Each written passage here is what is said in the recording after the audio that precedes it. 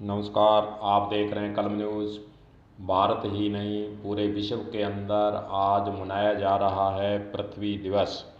22 अप्रैल को पर्यावरण संरक्षण के लिए आयोजित किया जाता है पृथ्वी दिवस। आपको यह भी बताना चाहेंगे कि सन 1970 में यह पृथ्वी दिवस को मनाना शुरू किया गया था और लगभग 192 देश 22 अप्रैल को मनाते हैं पृथ्वी दिवस।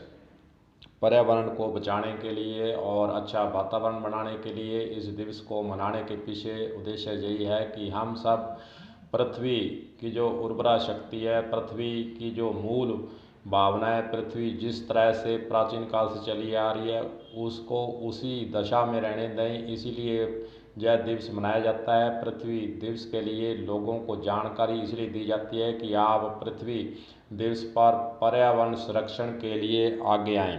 और आपको बताना चाहेंगे कि पर्यावरण संरक्षण के लिए हम सभी को पौधे ज़्यादा से ज़्यादा लगाने के लिए आगे आना चाहिए। जो प्रदूषण फैला रहे हैं उनको समझाना चाहिए, उनको प्रदूषण फैलाने से हटाना चाहिए और पूरे वातावरण को शुद्ध रखने के लिए हमें कुछ न कुछ करने की आवश्यकता है। वहीं दूसरी ओर आपको बताना चाहेंगे कि पृथ्वी दिवस पर अब वर्तमान समय में कोरोना की लहर, द्वितीय लहर चल रही है। इसमें और भी महत्वपूर्ण हो जाता है कि हम अब भी संभल जाएं, अब भी हम जाग जाएं और पर्यावरण संरक्षण के लिए पौधे लगाने शुरू कर दें।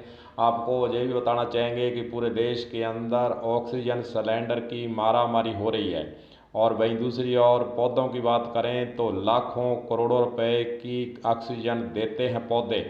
यह बात हम सभी को समझनी होगी। अगर हम हनुमानगढ़ की बात करें तो हनुमानगढ़ के अंदर भी इस और कुछ संस्थाएं कार्य कर रही हैं, परंतु अभी भी प्रशासन और जो प्रदूषण नियंत्रण बोर्ड है जिसका कार्यालय बीकानेर में है, नहीं जाग रहा है। हनुमानगढ़ की बात करें तो औद्योगिक क्षेत्र फेज़ 1 और फेज़ 2 की बात करें तो चारों तरफ गंदगी का आलम है। चारों तरफ गंदा केमिकल युक्त पानी, बदबूदार पानी लोगों को परेशानी में लंबे समय से डाले हुए है, परंतु प्रशासन और प्रदूषण नियंत्रण जो कार्यालय है उसकी तरफ से कुछ भी नहीं किया जा रहा। रिको की तरफ से कुछ नहीं किया जा रहा।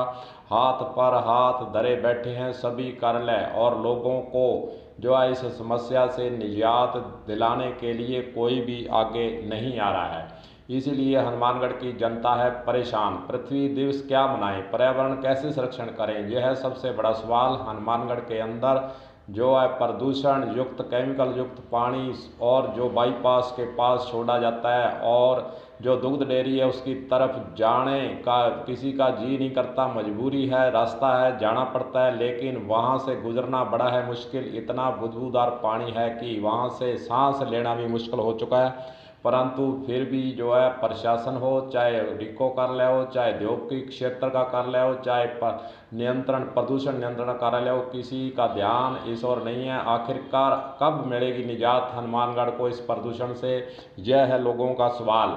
इसीलिए हम तो यही कहेंगे कि जो प्रदूषण नियंत्रण बोर्ड का कार्यालय है उसको समाप्ति कर दिया जाए। क्या आवश्यकता है इतनी लंबी चौड़ी तनख्वाह, इतनी लंबा चौड़ा लाजमा रखने की? जब कार्रवाई नहीं होनी, कुछ करना ही नहीं है, तो फिर इस कार्यालय को रखने का औचित्य ही खत्म हो जाता है। इसीलिए जो है बीकानेर के अंदर जो कार्यालय है वो कभी भी हनुमानगढ़ की तरफ आंख उठाकर भी नहीं देखते हैं और उन्होंने कभी भी ऐसी फैक्ट्रियों के विरुद्ध कार्रवाई करने की जहमत भी नहीं उठाई है जो यहाँ पर प्रदूषण लंबे समय से फैला रहे हैं।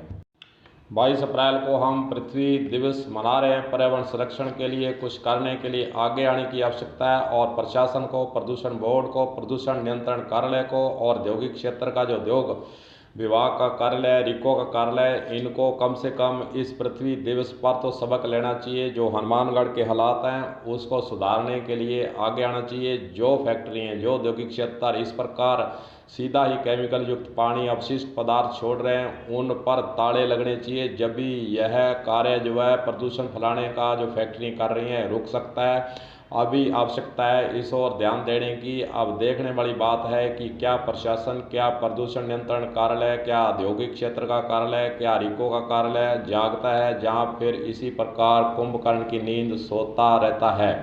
कलम न्यूज़ के लिए गुरदेव सिंह सैनी की रिपोर्ट।